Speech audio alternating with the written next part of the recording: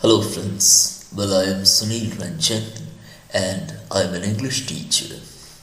Now here I have come up with To A Skylark, and this poem has been written by Percy Bysshe Shelley, and his period was 1792 to 1822. Well friends, To A Skylark by Shelley is a 21 stanza ode that is consistent in its rhyme scheme from the very first to the last stanza. The piece rhymes A, B, A, B, B with varying end sounds from beginning to end. It's also important to note that the poem To A Skylark is based on an actual experience of the poet. Therefore, the poet himself is the speaker of the poem. The poem begins with the speaker spotting a skylark flying above him. He can hear the song clearly. The bird's song, unpremeditated, is unplanned and beautiful. Shelley is stunned by the music produced by the bird and entranced by its movement as it flies into the clouds and out of sight. Although he can no longer see it, he is still able to hear it and feels its presence. The bird represents pure, unbridled happiness that Shelley is desperately seeking. Now coming to the lines. Hail to thee, blithe spirit, bird thou never wert, that from heaven or near it pourest thy full heart in profuse strains of unpremeditated art. Now here the poet calls the skylark a cheerful and happy spirit. The skylark is not a bird, but a spirit because flying at a great height, it is not visible. The poet offers a warm welcome to the skylark. He joyfully greets the singing bird. The skylark sings spontaneous songs from somewhere near the sky. It sings sweet melodies which express the feelings and emotions of its heart. A continuous stream of rich music flows naturally from the bird. The skylark sings effortlessly and without any previous preparation. Now coming to the lines, higher still and higher from the earth thou springest, like a cloud of fire in the blue deep thou wingest, and singing still dost soar, and soaring ever singest. The skylark leaps upward from the earth and flies higher and higher into the blue sky. It flies up into the sky like a cloud of fire rising upward. It keeps singing while flying, and it keeps flying while singing. It keeps flying and singing simultaneously. Now the lines are, in the golden lightning of the sunken sun, over which clouds are brightening, thou dost float and run like an unbodied joy whose race is just begun. The sun is just rising, it is still below the horizon, and it shoots its arrows as if they were flashes of lightning.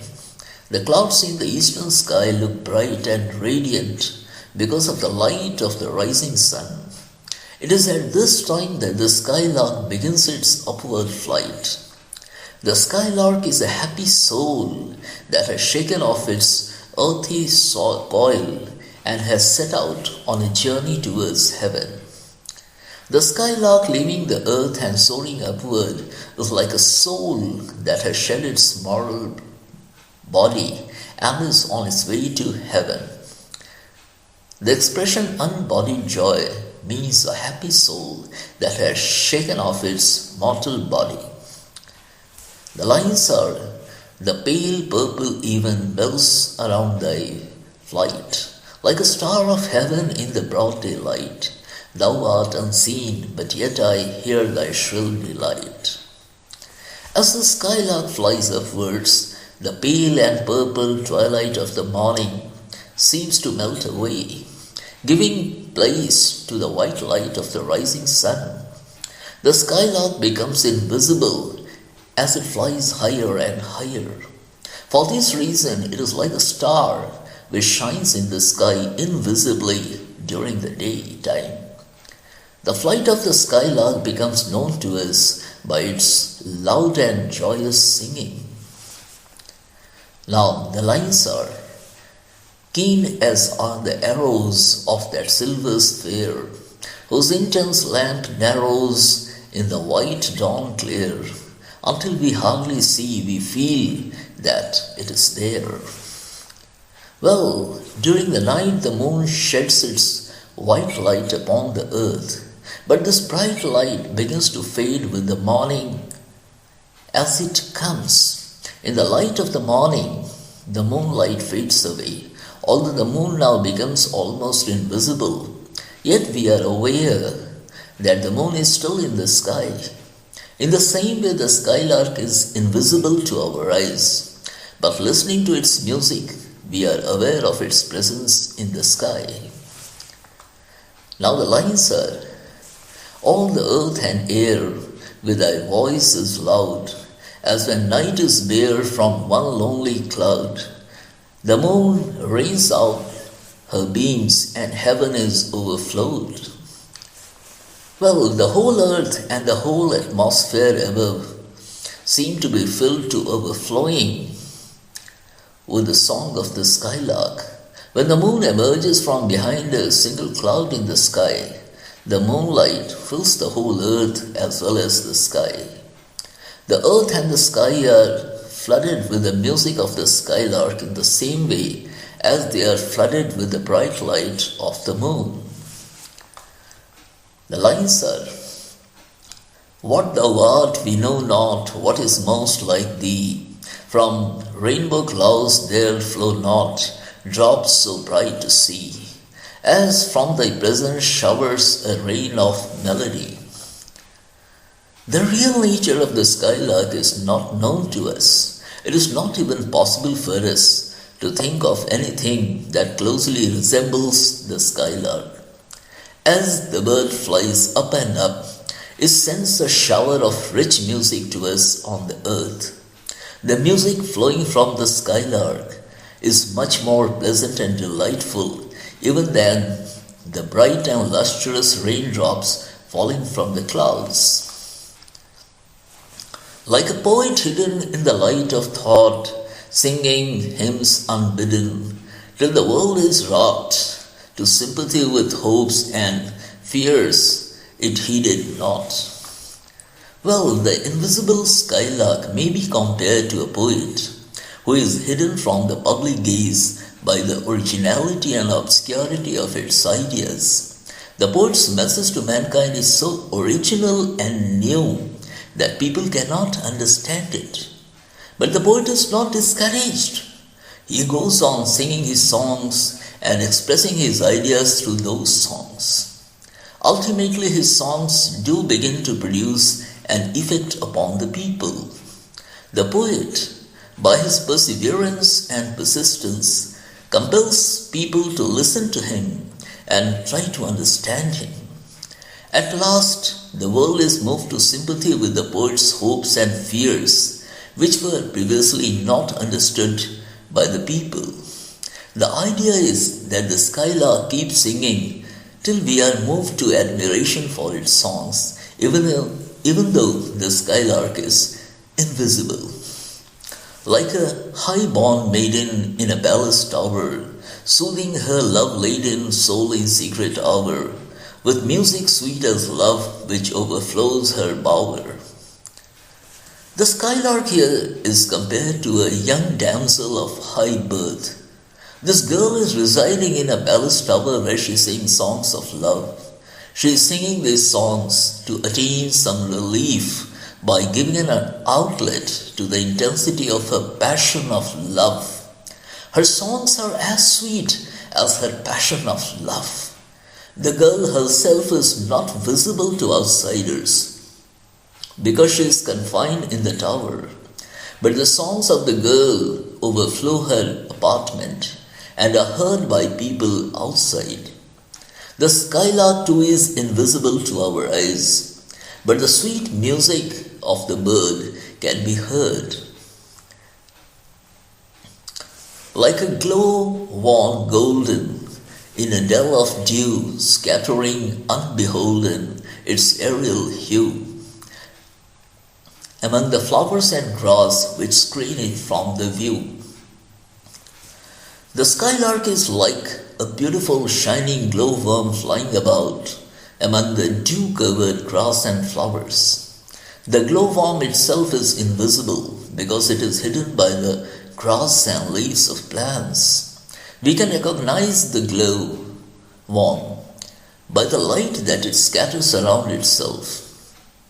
In the same way, we cannot see the skylark in the aerial regions above, but we are conscious of the presence of the bird on account of the sweet music which comes from it. Like a rose embowered in its own green leaves, by warm winds deflowered, till the scented kiss makes faint with too much sweet these heavy-winged thieves. Well, we may not be able to see a rose which is wrapped up in its green leaves, but we shall certainly become conscious of its because of its sweet scent. When the warm wind blows, it seems to rob the rose of its sweet fragrance. Indeed, the wind which steals the rose's sweetness becomes so heavy with that fragrance that its movement becomes slow. The physical presence of the skylark is not visible to our eyes, but we become aware of the presence of the skylark because of its sweet songs which are loud enough to reach our ears.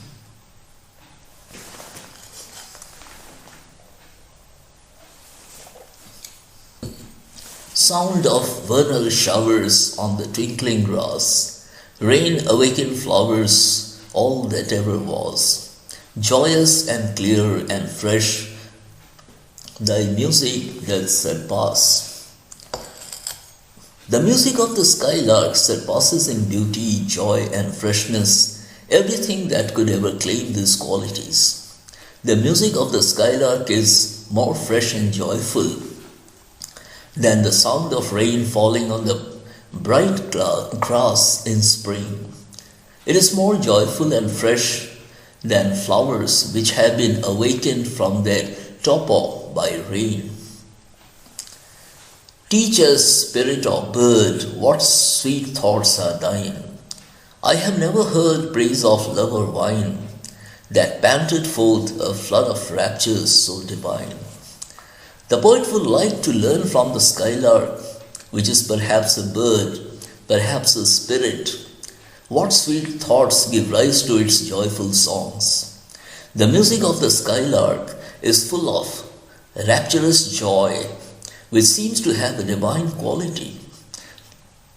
No praise of love or wine has ever been so rapturous or joyful as the songs of the skylark.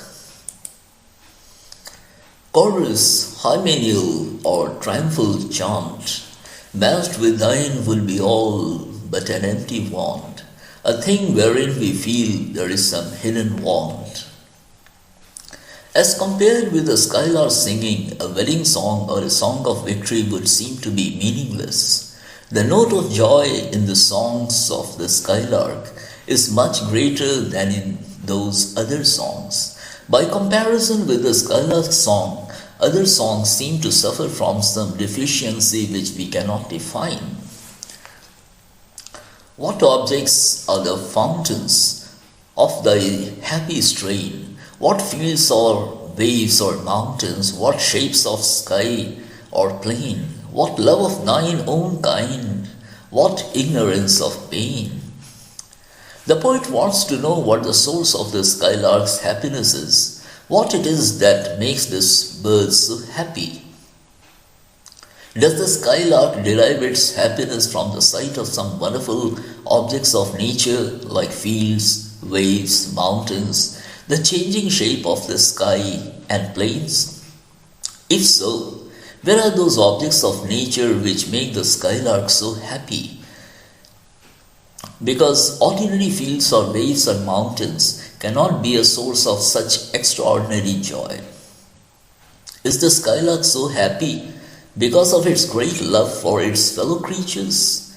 Is the skylark so happy because it has never known any sorrow or grief? With thy clear, keen joyance, languor cannot be, shadow of annoyance never came near thee. Thou lovest but never knew love's sad satiety. The skylark feels so exquisitely happy that there can be no question of his ever feeling lazy or indolent. Nor does the skylark ever experience a feeling of the faintest irritation. This happiness of the skylark is absolutely unadulterated. The skylark does not experience the disillusionment of disgust which human beings invariably experience after an excessive enjoyment of the pleasures of love.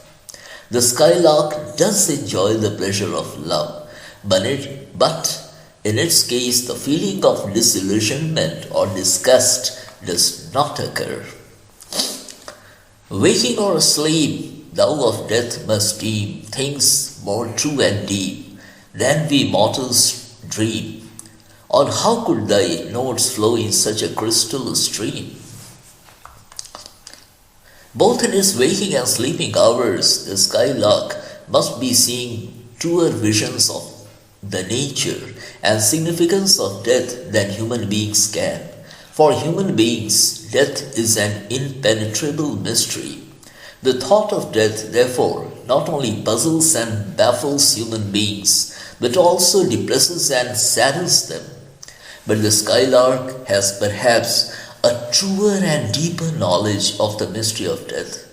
And that is why the skylark is so happy and can produce such continuous and rapturous music. We look before and after and pine for what is not. Our sincerest laughter with some pain is fraught. Our sweetest songs are those that tell of saddest thought. Well, the life of human beings is full of disappointments and frustrations. Human beings have desires and longings which remain unfulfilled.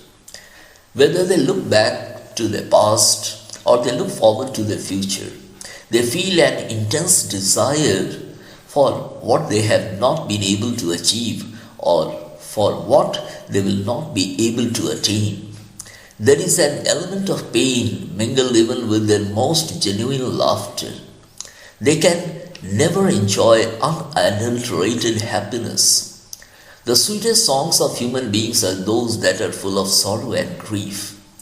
The song of the skylark, on the contrary, are an expression of pure joy. Yet, if we could scorn hate and pride and fear, if we were things born not to shed a fear, I know not how thy joy we ever should come near. Human happiness is marred by feeling of hatred, pride, fear, etc. Well, human beings are born to suffer sorrows and griefs and to shed tears over their misery.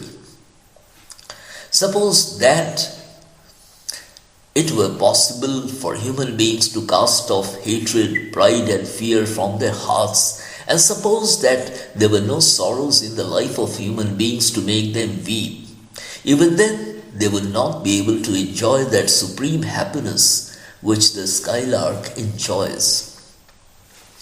Better than all measures of delightful sound, better than all treasures that in books are found, thy skill to poet were, thou scorner of the ground.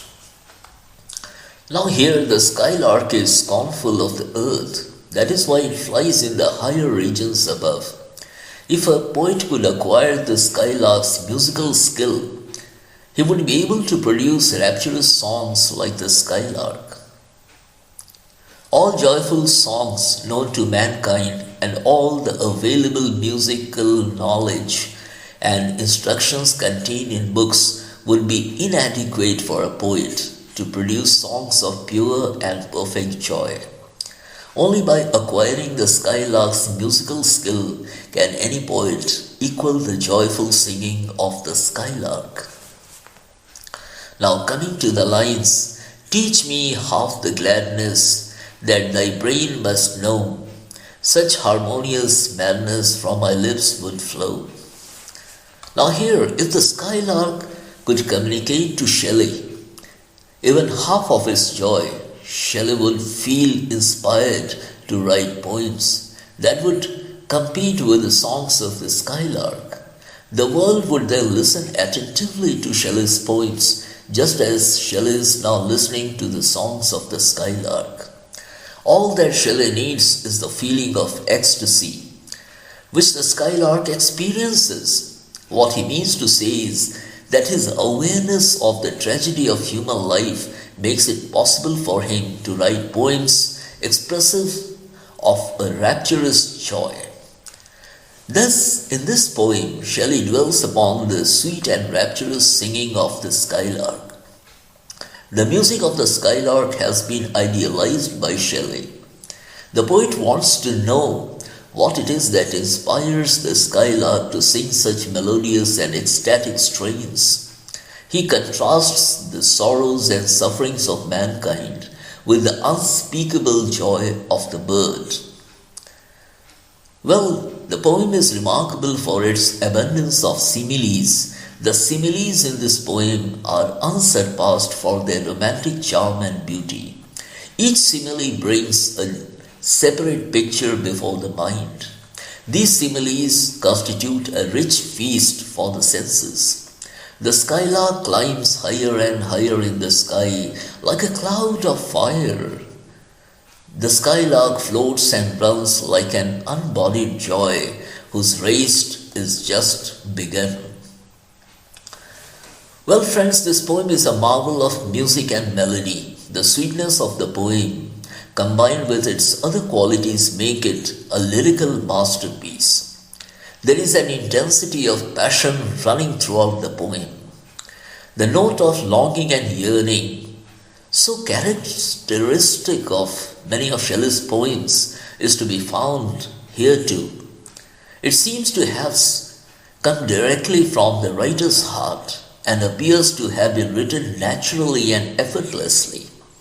It is a superb example of Shelley's lyrical gift. Shelley has converted the bird and its song into a symbol of happiness. The singing bird is personified as a blithe or happy spirit in the very first line of the poem. Shelley tends to invoke nature as a wonderful metaphor for beauty, creativity, and expression. The skylark in this poem becomes a symbol of the purest, most joyful, and most inspired creative impulse. So friends, here I come to the end of the explanation of the poem with the text. And well, if you have subscribed to my channel, thank you very much. If you haven't, and if you subscribe, I promise that I'll be coming up with fine videos for you from time to time. Thank you.